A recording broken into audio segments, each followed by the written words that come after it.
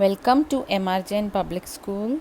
Good morning, class 8 students. Today we will read a story about Robinson Crusoe, who was shipwrecked and had to stay alone on an island. So let's start. So Robinson Crusoe was born in city of York in England in the year 1632. जो उसके father थे वो बहुत अच्छे इंसान थे और वो चाहते थे कि रॉबिन्सन क्रूज़ो एक लॉयर बने, पर रॉबिन्सन चाहता था कि वो सेलर बने और सी में जाए।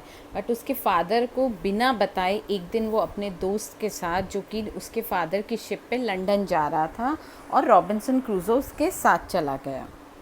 तो जब वो लंदन जा रहे थे तो एक स्टॉर्म आया और उनकी जो शिप थी वो बिल्कुल ख़राब हो गई, डिस्ट्रॉय होगी। उसकी वजह से उन लोगों ने अपनी जान बचा के किसी तरह वो लोग अपने पैरों पर लंदन पहुंच गए। जब वो लंदन पहुंचे तो वहां जाके रॉबिन्सन क्रूज़ो एक मास्टर से मिलता है जो कि अफ्रीका जा रहे होते हैं ट्रेड करने। तो वो भी उन्हें अपने साथ ले जाते हैं और वो कहते हैं कि जब भी अब मैं जर्नी पे जाऊंगा तुम मेरे साथ चलोगे।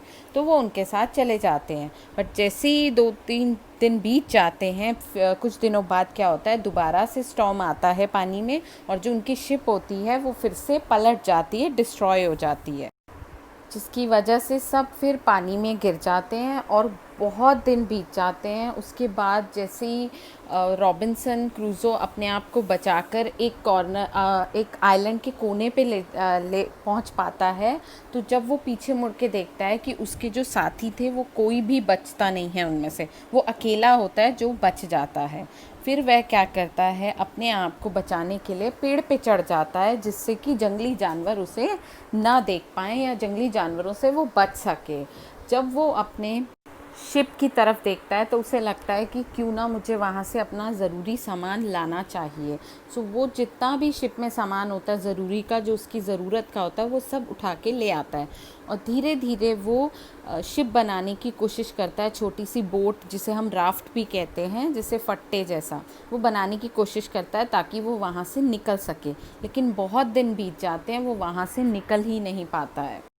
ऐसे करते करते 12 दिन बीत जाते हैं, लेकिन 13वें दिन, अगले दिन, जब वो देखता है कि उसकी जो शिप है वो भी गायब हो जाती है। अब उसे लगता है कि अब मैं वापस कैसे जाऊंगा। लेकिन वो अपने आप को संभाल कर वो सोचता है कि मुझे अपना शेल्टर यहीं बना।